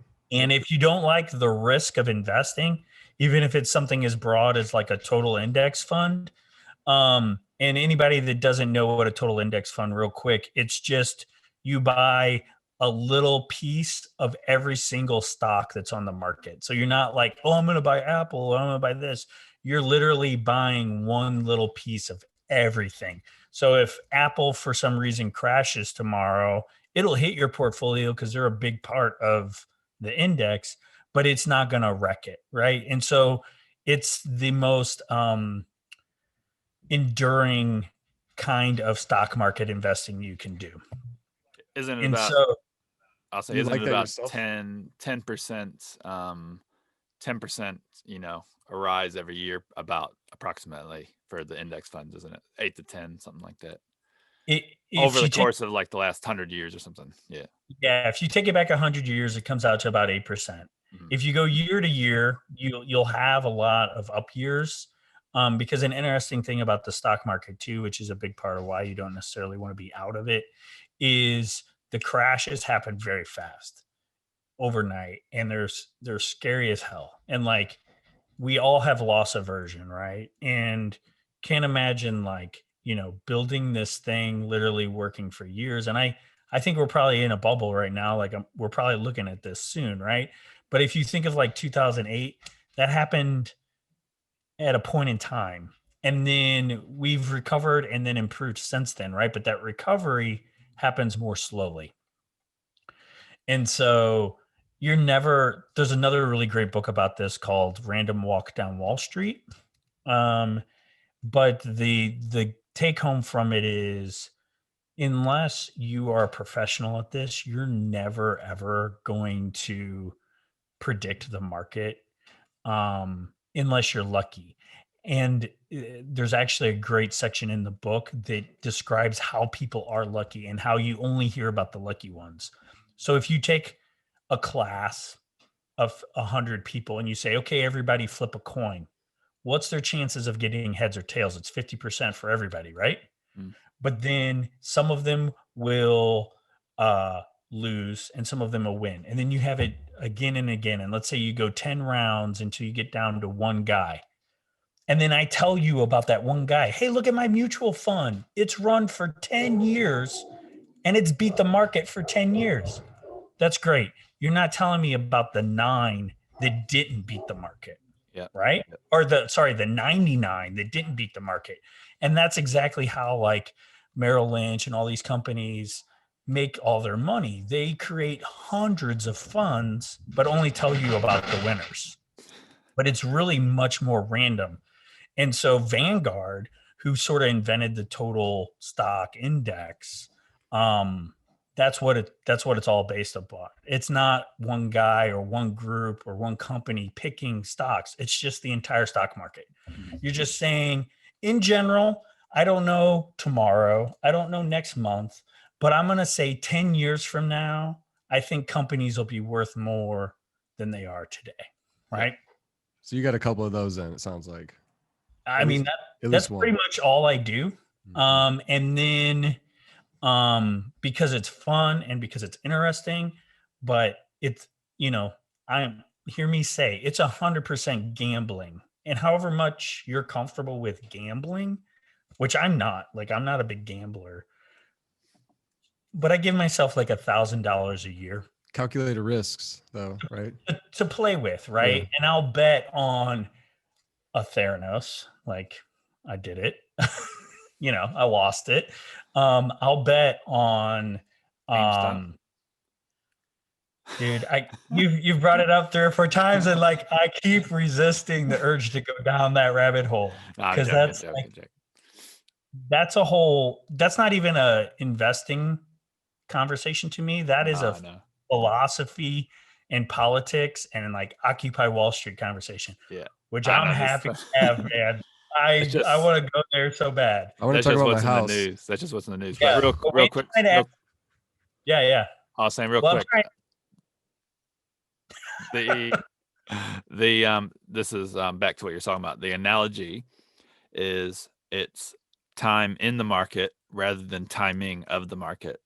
Yes. And I saw this really good. It was a infographic about 2 people, one person timed the crashes perfectly. They were able to buy at all the crashes, and then a certain amount of each time, blah blah blah, since the Great Depression, and now they'd have $1.5 million, let's say. But the other person, they just kept gradually putting money in whenever they had it throughout the time, and their total was like $3 million or something, like $2.5 million. So yeah, the point is nobody's gonna be able to time it perfectly. Like you get lucky, like I said, if you have a big crash, that's a good time to buy. It's a sale basically. Yeah. But if you're constantly just putting it in all the time, like on a direct debit from your paycheck, then you're going to end up, with more in the long run than someone is sitting there waiting for a crash to put it in. So yeah, no, definitely good points. And one quick question, I want to write it down. The Millionaire Next Door book we're talking about. What was the second book you had mentioned that's like it? The other one is Your Money or Your Life, and that's where I got the time idea from. Cool. Like it doesn't have the spread. It basically just says like, what do you want? More life or more money? Right. And if you think about the things, and it's different for different people, and I'm not bashing on people that like things. I like certain things, but like, just think about what gives you life. Like, what is your lifeblood, and how much money do you need to have more life is really what the book's about. Yeah. It's a little hokey, but like, I don't know. Sometimes that stuff can be. That's what you take away from books, though, is like 1 or 2 things that you'll just always tell people about. Yep. It's stuck with you. But Alex, you hit on something really important that I didn't want to pass over. But yeah, it's those crashes, right? And thinking about how much your money's worth. But like, let's say just, 2 things I want to say on that. One is you're absolutely right. And making decisions especially about money, is like emotionally taxing. So I try to make those decisions as much as possible only once, and then automate it so I don't ever have to make it again, right? So if I do my budget for the year and I say, oh, all right, I'm going to try and save 35 to 40% of my take home this year. And that's going to hurt, but I'm going to look, and I think, with the raises I'm getting this year or whatever, and like what's important to me, I think I can do it. I then go into my bank account that day, I set it up, and it's a decision I don't have to make again, because there's going to be a lot of days in that year where I don't want to make that decision, right? But I've gotten myself in the mind space that I'm thinking about future Skip, I'm thinking about Story and Henry, my kids, and I'm thinking that's what future Skip wants, right? So I'm gonna do this today, and then I'm gonna make sure Skip never has to think about it again, right? And so just like you know, once you get to a certain point in life too, like you're not worried about your mortgage bill anymore, right? Like I've set it up where it pays, and I treat that payment to future Skip like it's the only payment that matters, And so if something comes up and I have to pull from the emergency fund or whatever to fix this or fix that, that's fine. But I still, like, it's a rough day in the Johnston household if I have to go in and undo the payment to future Skip, or roll that back, right? And so, to tie that to what you were just saying, Alex, that gets you that constant growth that you were talking about. And then also, in that, you always have like your kind of slush fund, or like, oh, this isn't a spontaneous purchase, but we are looking to buy a new car or whatever. But then you have an event like the one you're talking about where the stock market drops by, like, I'd say more than 20% in a week or whatever. Those things do happen, and they are huge opportunities. And so if you're saving up to buy a car with cash in 3 months, and this month that happens, and you're not in dire straits for a car, and you can say, you know what, if it's 3 months, or it's even 6 months, or I don't know, God forbid, maybe it's a year, but I know that I'll figure that car thing out, but I have some cash. I take that cash that I have in a different account in my mind, and I grab as much of the stock market as I can, because really, depending on how it comes out, and if history teaches us anything, it'll come back out within a couple of weeks. Lots of times it'll actually get me that new car sooner, right? So if, like, I'm thinking I'm going to buy a car in 6 months, and the stock market drops and I have 4 grand, and I dump that in, and then that 4 grand doubles because the stock market returns, how much closer to where I am right now does that bring me to that new car or whatever it is, right? And so that ties right into actually answering Wayne's question. You want to pay your house off? Awesome. Put it in, take that $2,000 a month and put it in an index fund until you get to the number that's your house, and then take it out and write that check. Because if you're chipping away at the house, you're only going to chip away at 2.5%. But if you can play the numbers judo on your spreadsheet and say, well, I owe 300 left on my house, so how fast can I get to 300? You'll get to 300 faster by investing than you will chipping away at your house. Absolutely. I love that. That's exactly why I asked that in the way, because I'm on the same page as you on that. I like the way you articulated that though. And that was a good analogy and just breakdown. So obviously you've thought about this shit. So appreciate you sharing your brain, bro. That's good. That's just simple though too, right? You think about it. These are simple things. Maybe not, there's a barrier to entry to getting into some of that stuff, right? Like, Sure. but I would say that barrier is 95% fear, right? Yeah, Like, absolutely. if you are afraid to talk about money, and like we're kind of brought up in a way like that's a rude thing to do, it's a rude thing to ask about or talk about or whatever. And we've all met like rich assholes. Like none of us want to be that. But if you can get over yourself to really be honest with yourself about who you are and your money and your time, you can start to answer those questions. And I keep harping this point, but I think that is the most important thing. Like if you want to be financially independent, you want to start a side hustle, you want whatever you want to do, like just get in the mirror and start really thinking about like what's it going to take to do that, and to tie in the pro athlete thing again, uh who's the amazing swimmer that likes to smoke pot? I forget that guy's name.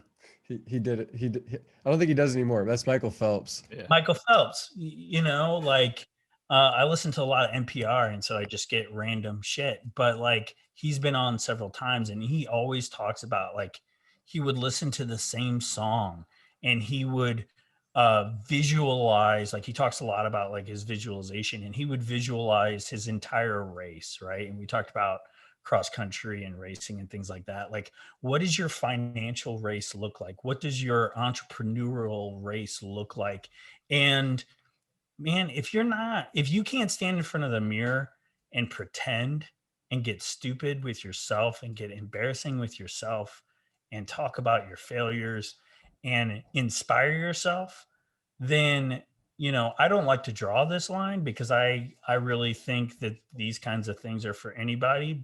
But if you can't do that, like that's table stakes, man. You gotta be willing to get in the mirror and say, like, what do I really want? When like the accolades or whatever it is, or whatever you sort of fantasize, like that can be part of the story, but like push that stuff away as well. Like, what does I think about 100-year-old Skip a lot, right? And what does 100-year-old Skip want? Yeah, what are you doing? Because your grandma Minnie was 100. Too. Yeah, man. I Yeah. mean, What are you doing? she was 76 years old when I was born. You Oh know? yeah, that's crazy. And she would drink a little whiskey here and there, a couple little fingers. Rum and Rum. cokes. Rum. Yeah, I was just guessing. Yeah. Yeah, yeah. Rum. Yeah, a few fingers of And beer. rum, Miller Lite, wasn't it? Was it Miller Lite? Miller Lite, and wine. Yeah. And she used to hide it, and she didn't want to recycle it in the green bin. She hid it in the trash cans because she didn't want the neighbors to know she drank. Yeah.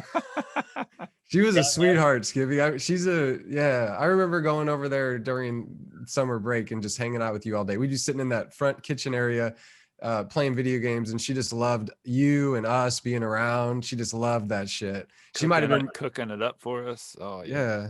Yeah. Yeah, man. We talked a lot about my dad, but just as big of an influence is her, and like, Hey, me yeah, too, bro. Hey, my grandma lived up the hill too. That's another thing yeah, we shared together in common, right? yeah. I mean, there's a love there, right? That like you can't. It's the core. It's the core of what Yeah. love is. She's you try to be like that. So I always say this, Skip, and this I think about retirement and in the same context as my childhood, in that you and I both were in Alex too, whatever. But like I'm just saying, like you weren't around you weren't around your grandparents as much as Skippy and I were. We like were up there all the time. And I think about that and how they were retired and how life was and what you did all day and what they did all day and what I want to do all day. And I want to get back to that retired vibe of they could do whatever, go get donuts at Cruda's at 8 a.m. and then go to, do whatever you want all day. That's a beautiful thing, man. Why wouldn't you want that? Totally. But what is 100-year-old Skip doing though? I mean, I hope 100-year-old Skip is still getting on podcasts and shooting shit and talking with us. We'll all be talking, playing your guitar. Yeah. I mean, I think I just don't ever want to stop in connection with the school thing and realizing that like I can I love to learn how things work, whether it's like financial, societal, or what have you. And I don't ever want to be like, I don't want my MBA. I don't want to go back to school to be a PhD, Mhm. but like, I don't ever want to stop um, trying new things and like just learning and like sharing and like, fucking dancing and whatever it is. Like, I just it took me so long to get to a place where I understood that I wasn't a spaz and that this was actually not a detriment, but like a superpower. Yeah, And now method. that like I recognize that, I just don't ever want to stop doing that. And I can do that in corporate America. I love my job right now. Like it's super cool. The people that I'm working with are like super smart, and the stuff that we're working on, just like it would have blown my mind as a kid that this would be my job. And I love it. But if it's ever not that, like, I love having the flexibility to do something else. And I also love on the weekend to just go bang it out in a new house that I bought and take a sledgehammer to a wall. And, I think that was another blessing of Collinsville. It was just this mixed pot of blue collar, white collar. And if you embraced what you could learn from all of those different parts of the world, like, there are real things that you can bring to both sides.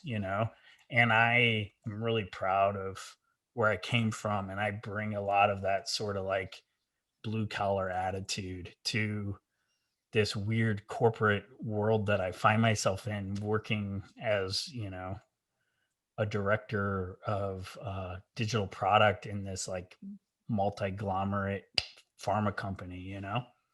Um, but a lot of days, the challenges are that same sort of looking at myself in the mirror and a lot of fear that people with a lot more degrees than me um, aren't going to think these ideas make sense, and then having enough faith and confidence in the vision that we have to like put it out there anyway. And it resonates. So I'm lucky to work with people that believe in me and believe in us. And again, it's not all rainbows, but like But I'm very blessed. you hope to have that crew of people that is like the Mr. Haskett's class where everybody's like, and I just mean pulling for each other, the camaraderie, they get each other, they know you're coming from a good place. And I've had different colleagues that aren't that. And I'm not surprised, I suppose, but I'm always taken back because you don't understand whenever people just, and usually it's them just having their own internal things and they're uncomfortable with being around you. Mm-hmm. But that's, and that's what you're talking about though, is that knowing that you weren't what you were as a kid in a negative way. That's the same Right. shit I'm talking about. Like, I'm exactly the way I am as a kid, as an adult, but just I'm better now. And, in the sense of just every day you're trying to get better, therefore you are going to get better, But Yeah, I appreciate that, man. That, totally. be yourself and bring your own flavor to the table, because that's the only true way that you're going to get shit done that's exceptional, is being yourself exactly the way you are. Exactly. I mean, that's exactly what I want at 100, right? Is to still be doing that. And there's this meme that I love, that my wife loves. My wife is, real into tattoos. I don't really have any, but um, I don't really have any, or I don't have any. well, I have one. We got our wedding rings Oh, done, okay. Yeah, I remember um, that. That's dope. but that's all I have. Okay. Thanks for And clarifying though. that was more of a bonding experience with my wife, because like tattoo culture is so important to her. Mhm. But money kind of thing, that's what's important to her. It's not important to me. It's not that if tattoos were free, I'd probably be tatted like crazy, but they cost money, and that's not what I want to spend my money on. But anyway, there's this meme that is just like, I totally feel like spirit animal with it, that Kate shared with me. And it's like these old guys, you know, they were all in the Navy and they all have like Navy sleeves. And the tagline on it is like, yeah, you want a tattoo now, but what are you gonna think about it when I'm older? And it's these dudes' pictures, and it just says, I don't know, being a total badass with my friends. And like that's I've just seen, what I want, you know? I've seen that. I've seen that same one, bro. Yes, I Yeah. get it. Like, no, I love it more now than I did then, or whatever Mhm. that, you know. Well, and that's the thing with tattoos. It's an expression thing, and like you said, you're going to spend your money where it's valuable. It's not blowing money; it's investing in yourself. It's Mhm. that. It's what are you going to get out of it, and obviously, it's a bigger chunk of money than buying a shirt or a pair of tennis shoes or something. But so I support tattoos and people that get them. It's just they're making their money moves elsewhere. They're into different things than you are. Exactly. But if you're gonna drop 2 grand on a tattoo and you look at yourself in the mirror and you say, that's not actually what I want to do, then you know, like embrace that, you know. Yeah. Or vice versa. If you're like, no, that's my mean of expression, like do that too. I've spent money on really stupid things. Like I've made records with my friends that cost way more money to make than I will ever see. And if I get an opportunity to do it again, I will do it again every single time, because like it's that journey with them of making Yes. music and memorializing it and capturing it. Like I don't even want to be a rock star, you know, but I want to have those things that are like, me and my friends built this. And You can listen to that when you're 100. yeah, and the rental properties with my buddy Nate is the same thing, you know. Is like we there's been a journey there that only him and I understand, right? So And Skip, oh sorry, no, sorry. yeah. Go ahead. Yeah, Go ahead. no, go ahead. I was just jumping in. When you're talking about you're making records and stuff, and you did a Kickstarter a little while ago about with Franklin Felix, and I donated to it, and I still haven't got my record. That's yeah, because you live across the fucking world, man. So I want that. It's been like 5 years. So Yeah. do you still have it? Dude, I literally have 8 boxes of records. So I'll pick that up next time. wait, yeah, next time you're here or when we finally get to New Zealand, remind me. I'll try and yeah. I'm still the same aloof kid. Yeah. I have your record. It even has a post-it on it that says Alex. That's awesome. Yeah. I think because Wayne and I, our last episode, we kind of talked about growing email lists and what I did to like kind of grow my email lists for my business and stuff. But I want to eventually do my own Kickstarter. So we'd love to have you back on about doing a Kickstarter, just kind of your experience with it and stuff like that. But that's a different story for a different day. And I know we've been going for a few hours now, so let's probably break this up into 2 different episodes rather than have it as one long one. But a few quick fire questions. I don't know, maybe Wayne, while I talk these, you can think of some quick fire questions for Skip. Just about whatever. But so the first one I got, Skip, is your favorite Helen Place moment or memory. Wow, dude. So Helen Place is a street that we grew up with, a big circle of friends. Wayne and I've talked about on the other podcast, just for anybody that's listening to this one. Yeah. So I think one of mine is probably way up there, and at least the one that's popping into my head right now is when my grandma turned 100. Or maybe it was 90. Need to do the math. Yeah, I think it was actually 90. We had a big family reunion, and all of my cousin, like my whole family from all over the country came into town. Yep, I remember that. But you were there and Wayne was there, and like, I mean, our parents were there, like everybody in my entire world pretty much was there. Yeah. And it was just like the way those things go, you know. I'm sure there was some kind of a program to it and schedule or whatever, but to me it was just like this beautiful chaos of like kids running around family and just like generations and generations. Mhm. And like, it was just so cool. And kind of tagging on that, something that I think I'd be remiss if I didn't talk about, like that I just think is mind-blowingly cool. I know like life takes you different directions and we don't get to talk as much as we should, but I think it's really a testament to how close we were as kids, that like my mom's best friends are your guys' moms at this Mm. point, Yeah. and they like still get together like Yeah. all the freaking time. Like, and I mean, I don't know with COVID and stuff, but I know before that, my mom was like, "Oh, Mary Kay's over, or like me and Meg went and did this or whatever," and I'm like, Caroline. "And Caroline, yeah. Caroline, yeah, Yeah. totally." Like, just the Helen Place crew is still like going, and like my mom would never have been. It's just like our friendship is what bonded them so close, and because they still have the geography going, Mhm. Mhm. that bond keeps going. Yeah. Yeah. Oh, it's going on. I think we met Skip.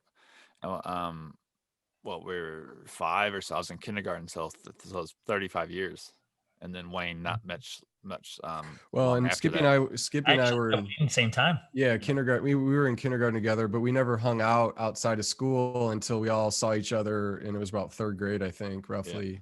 Out in we shared mutual woods that backed up to each other because I lived the street over, and my family had quite a bit of land, so anyway, we'd like run around. And yeah, on that same token, man, that's the other thing, is like we had like it's like a brotherhood where, like you said, Skip, we're both only children, and then Alex and his brother, we would always be together, and we always cared for each other, man. We always like we always pulled for each other, and that's what it's all about. And I appreciate that shit big time, because you have to have that peer group. And that's the thing too, as an artist, we've talked about this in other podcasts, Skip, is that artists look for other artists, whether it's comedians, the funny person in the room, which that's who I'm looking for, or musically, et cetera, et cetera. You're looking for those groups that you can create together and bond together.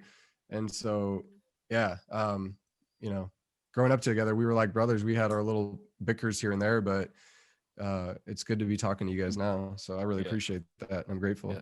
Absolutely. I mean, music became such a big part of my life, and a lot of my like post-collegiate friendships were based around music and bands that I was in. But like, I mean, I really owe most of that to Alex. Like, Alex just had this like uh independence as a kid that blew my mind, like opened my mind, like, "Hey, let's get on the bus and go to a baseball game," when we were like Mhm. 11.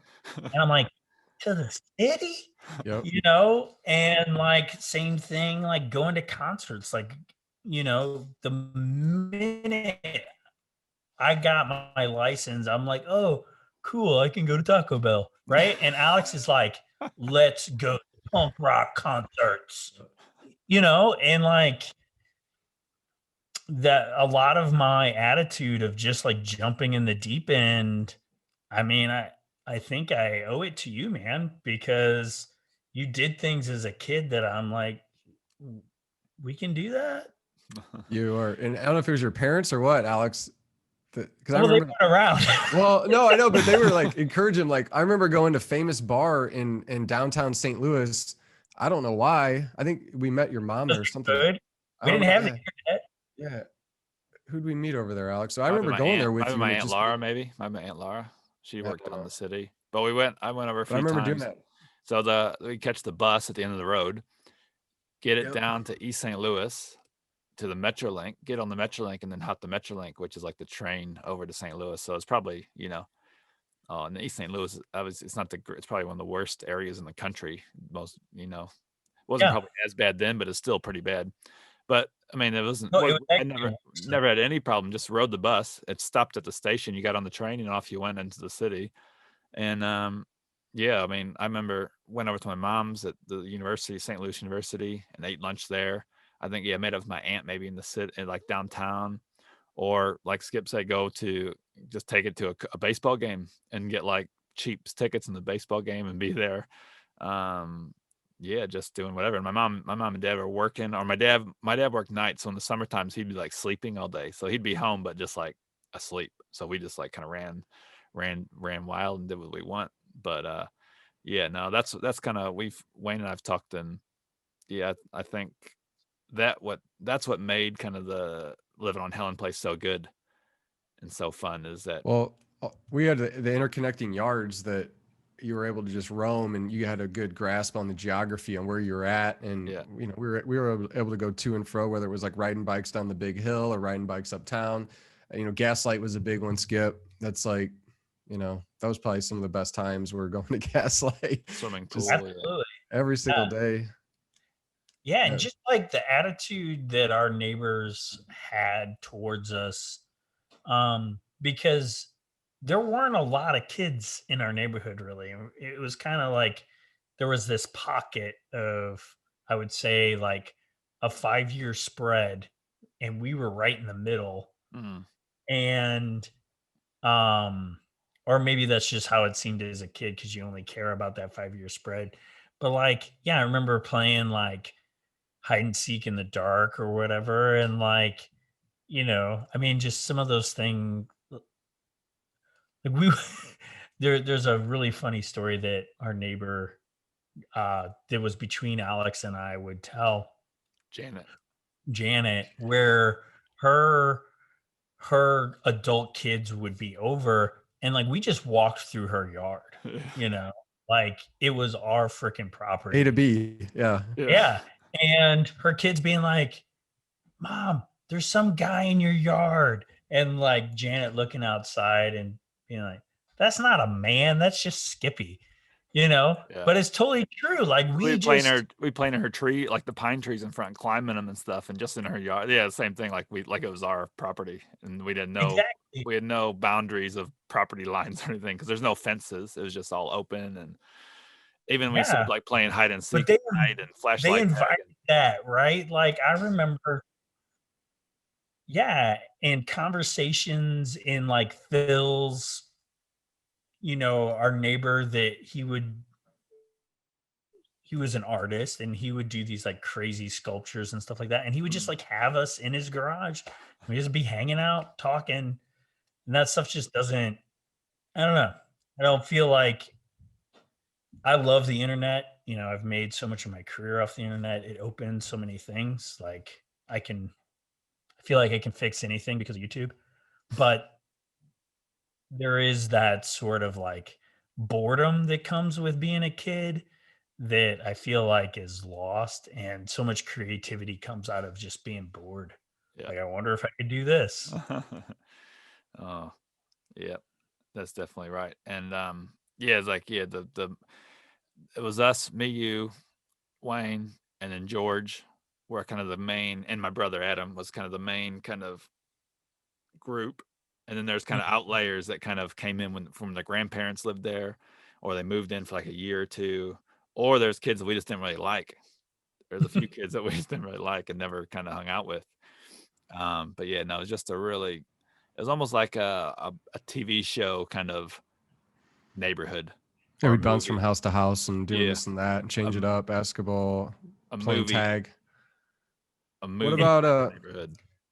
Inventing our own games. Like I remember this one time there was this massive storm, and we just made this like bike track, and we would like time each other racing this bike track in the rain, like, and a tree fell down, and then you had to like pick your bike up over the tree was part of the thing, and like how fast of a lap could you do? Oh man. Like playing guns. I mean, we played guns to an embarrassingly late age. So playing guns is having fake guns that aren't real, that, it might be a Nerf gun, if you will. But there wasn't a Nerf gun. It was a pretend. And we were into the Jean-Claude Van Damme and the Chuck Norris and the Rambo. Yes. And Commando and all those different, military films. And yeah, that's what we did. We would dress up in camouflage, basically trying to it was strategic though. And you're trying to out sneak each other and basically sneak up on each other. sneaking Yeah, up. like Yeah. playing tag in a way. That was really, but it was a lot of imagination. You know, we'd Totally. have guns. It would be like Skip would be like, "I shot you, Wayne." I got you. Like, That's where all the fights came from. and Right? vice No, you versa. didn't. No, you didn't. Like, no, Yeah. you didn't. No. No, man. Yeah, That's we good tried time. to age it up like by getting paintball guns, but Oh my God, they were terrible. Yeah, We talked about that. Wayne and I talked about that. that's Hey, not having money, Skip. But go ahead. yeah. yeah. All right, Skip. Second question. Sorry, that was a bit not of a rapid fire one, but so your funniest Helen Place memory. Oh man. Yo, I have to pee. All right. Time out. Time All right. out. I Give me a don't know how second. to keep this one PC either. Oh man, there are so many to choose from. It's totally like America's Funniest Home Videos. Sort of cheesy, but I still think one of the funniest ones was at like my 9th grade birthday party or something. But I don't even remember who it was doing it, but like someone would hide behind the door, and every time a kid would come in, he would try and pants them. That's a Oh, bit. I think you're frozen, Alex. Am I frozen? Yeah. Did you catch any of that? Yeah, I did. Yeah. About depantsing kids. Yeah. I don't know, man. There's so many, really. There's so many. I Yeah. like the one we shared in your birthday, your 40th birthday video with you in your Power Ranger suit. Oh yeah. As like a 14-year-old, in like a 6-year-old's Power Ranger costume, and it like being so skin tight, and you skateboarding down St. Louis Road, and cars and teenagers driving by and throwing beer cans at you. That's Yeah. probably Oh one of my man. funniest memories that I can remember. Yeah. That age, right? Between like 10 and 15, when we like really got into Saturday Night Live, and then there was like all this like countercultural comedy like The State. It was just an explosion, man. And the Power Ranger outfit was one. I was thinking of just like a more general all of Helen Place kind of thing. But do you remember the spoon situation with TP? Yeah. That was one that I feel like was really funny and What kind of was like it? early on tapping into like my sense of humor. But in junior high, you weren't allowed to share lockers, right? And but I shared a locker. And we got busted, and so the hall monitor came and was like, you have to open your locker, go through your stuff. And then he was going through, and he reached into my pocket of my coat, and I, as we've already said, was always late, always aloof. And so like I would bring cereal in a throwaway cup on the bus so I could eat breakfast, but I would bring a real spoon because I didn't like plastic spoons. And so I was eating this, and then the hall monitor reached in my pocket, and he like felt the handle, and he's like, "What's this?" And like you just knew he thought he was gonna pull out a knife, but he pulled it out, and it was a spoon. But I just like leaned into that and pretended like that was the most heinous contraband you could have, was a spoon. And so I would start carrying around a spoon in my pocket like it was a switchblade or something, you know? And then at TP, I got in trouble because me and this other kid, Matt Marrow, were pretending like my spoon, was a knife. And that he was afraid of my spoon. He's like, he had a spoon, he was gonna stab this other kid. And it like just turned into this whole thing. But yeah, I always carried a spoon through junior high. Got somebody coming the door there, Skip. Yeah, We should wrap up soon. Yeah. Yeah. I peed twice, and I have a huge bladder. Huge bladder. I'm gonna It's good. Skip the Adam Sandler comedy tape. I always say I have that bladder like the longest pee. Yeah. And I'm only bringing that up because I remember that was something that we really listened to a lot, was that freaking audio That album. CD, yep.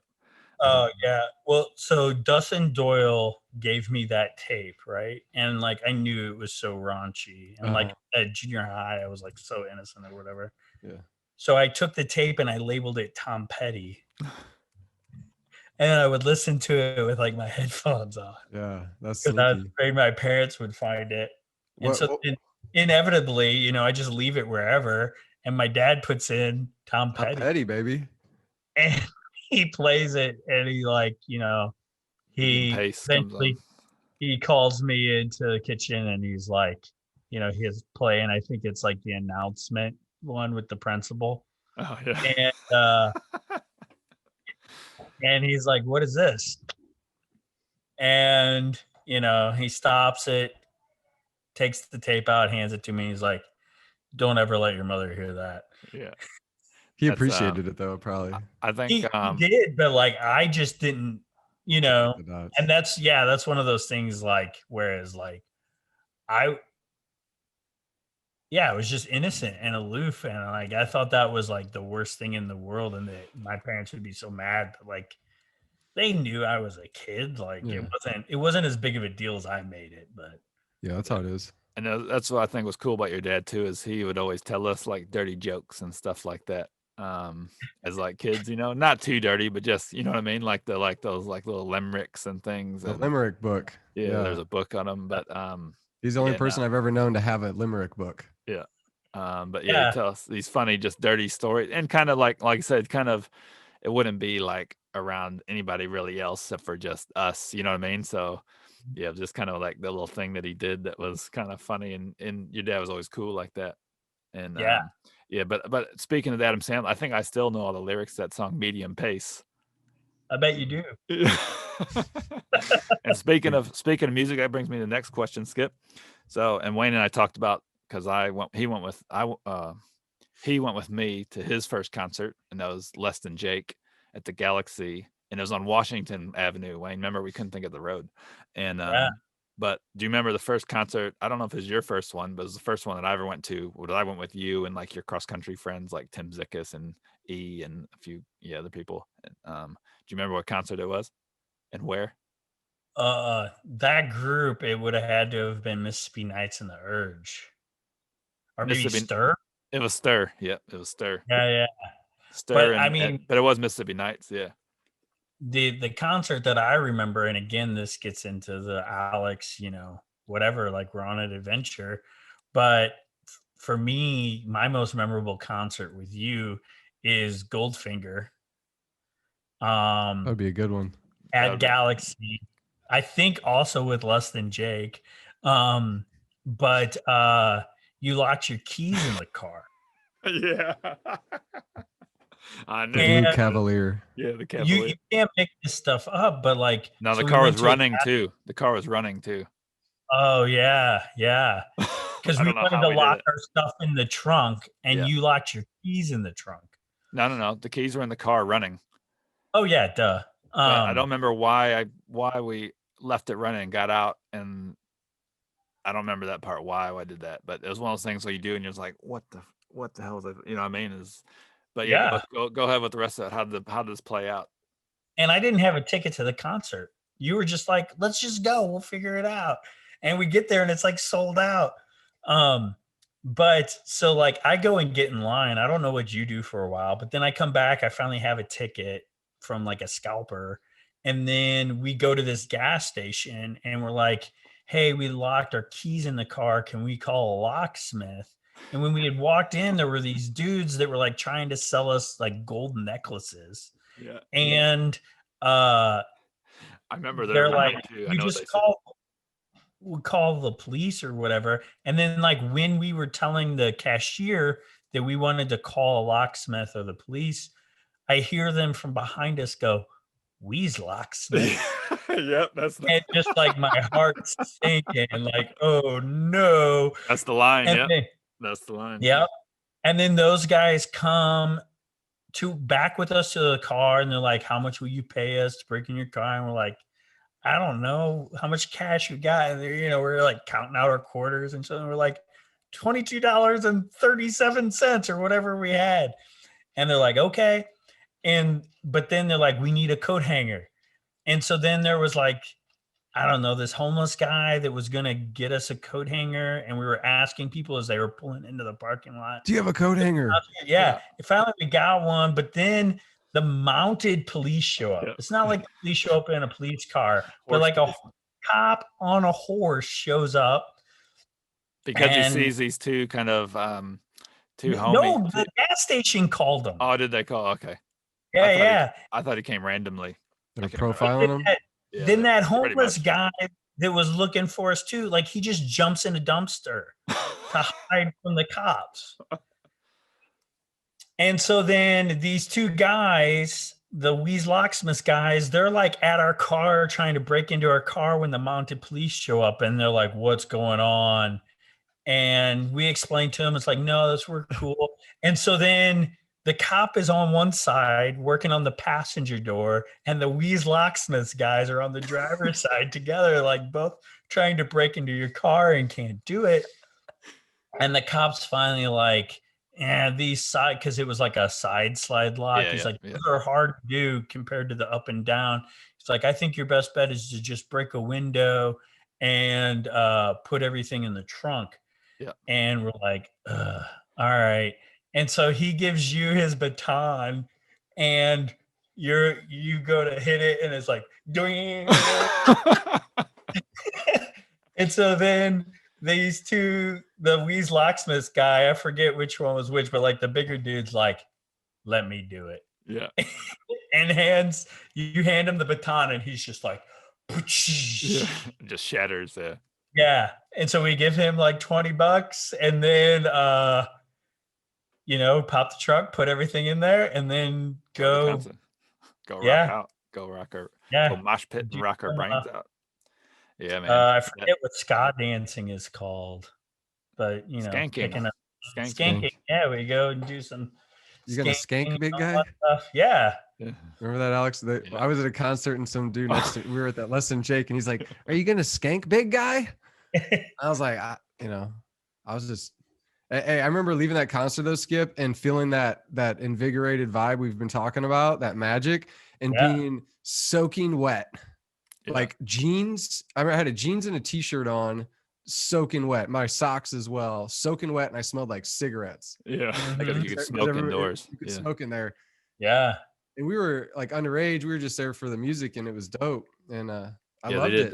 They did underage shows. Yeah, like 18 and up. No, sorry, we were 16 or so. All so ages. Just all age. Yeah, it was all ages. And but yeah, I remember that concert, Skippy. And I don't know if you remember this. You got on stage, and you did a flip off of the stage into the crowd, and your head came back and smacked this dude right in the head and just knocked him straight out cold. And the dude just went like this. Ooh, just like collapsed back out of it. You just totally knocked him out doing a flip stage side you did. And another one was that part out. Another one was the Urge concert, and it was at Mississippi Nights, and there's like a big I-beam that ran across the thing, and you kind of got lifted up or jumped up, and then we're like crawling across this I-beam above everybody. And so like the band's going on the stage rocking, and you're on this I-beam, and everybody's like, "Oh, look at this dude up here," It's probably like 10 feet high maybe. And so then the security comes, and the security's coming, and they're trying to grab you down, but what you keep doing is just lifting your legs up. So they're trying to like grab you, and you just lift your legs up, and they can't grab you. So you're like kind of hanging, but then would lift your legs and hold your legs onto the I-beam as well. Yeah. You know what I mean? And then I can't remember. I think you eventually probably just got tired of holding it, and then you got booted out. And after that, but yeah, that was so funny because everybody's like cheering for you, and every time I remember like the music going on, but all the focus was just on you in the middle of this concert venue, like hanging from the I-beam. Just not surprised at all. Yeah, that's the coldest I've ever been because you have that post-concert rush, and then you go outside, and like the air feels so good at first, but then you like get in your car, and it's like, okay, because you're all sweaty. Well, I wasn't 16. All of my friends were inside, all those people you're talking about, E and those guys. And so I just had to wait outside in like January in a t-shirt. Oh no. A wet t-shirt. Yeah. We're like, we're not leaving till it's over. Yeah, that was fun. Oh man, good times. But good story. Cool. I guess we've been on here 3.5 hours, so we should probably wrap it up. But I just wanted to do a quick intro, Skip. I will do an Oh, outro as well. But I just wanted to say, one, it's been awesome reconnecting with you on here, and you've dropped a ton of just awesome knowledge bombs for us on investing and your side hustle of the real estate business and your rentals and stuff. But yeah, no, it's just a really an awesome thing to have you on. And a second thing was a happy birthday. A few days late, 20, you turned the big 40. You're the oldest yeah, one on the podcast here now. And Until George comes on, oh and yeah, he'll have you by a day. by a day, yeah. Yeah. Yeah. Yay. But yeah, no, we loved having you on, and yeah, I hope you definitely come on again, because it's just been fun to just kind of talk to you and reconnect and reminisce about the old times, but also hear about all your successes now. And I think it's definitely rubbed off a bit on Wayne and I too, like what the things you said. So, and I'm sure Likewise. I'm saying the people that listen too. But yeah, man, lots of times what we've been doing is people that we've had, if they want to get a hold of you somehow. But I mean, if you don't want to do that, as far as I don't know if if anybody would ever hit you up for advice or anything like that. So if you want to, if your Instagram Yeah. or anything like that, want to share it? Yeah. Well, I'll just say, I've gotten off of social media in recent past, just kind of same kind of thing. Time is money. I think social media is awesome. I think that it can do a lot of good, but I just find that I get sucked in and I spend more of my time on there than I want to, having conversations that I probably don't want to have. And really around politics, because I can't resist a good argument. Um, but I'll say there's probably been enough detritus that if you really want to find me, you can find me, and I'll just leave it at that, if that's fair. Cool. Yeah. Because your story's a bit different, whereas you don't have a business where you're selling anything or providing. Yeah, You're I'm kind of trying to promote anything right now. Maybe yeah, I'll hit exactly. you guys up later when your Yeah, platform's huge and I got something to sell. sounds good. Or yeah, that'd be awesome, Skip. But yeah, I know Wayne and I both when we said let's get Skip on, talk about his side hustle of his real estate stuff, I was just like, yep, cool. And that's when I straight messaged you and we're like, let's do it as soon as we can. So I'm glad we are able to hop on here in a decent amount of time. We weren't rushed or anything, and now we got basically 2 episodes to in the books with it Yeah, already. absolutely. Yeah, I've loved talking to you guys. I would love to do this again. We all can talk about anything really. Mm, And it's good sometimes to have the bumpers of like, hey, let's get on and talk about, how do you fund your small business, or how do yep. you do this? Like it just creates good guardrails to have good conversation. And I learn a lot from these conversations as well. So Yeah.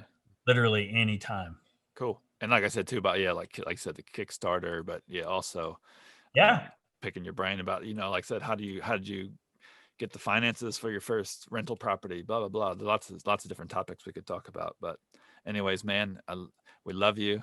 Like I said in your birthday video, I can't wait till we can get together again, travel around and stuff, and we're still waiting for you guys to come over here to visit. But Yeah. yeah, man, thank you for being on, and we'll talk to you soon. And I know Wayne probably wants to give a little.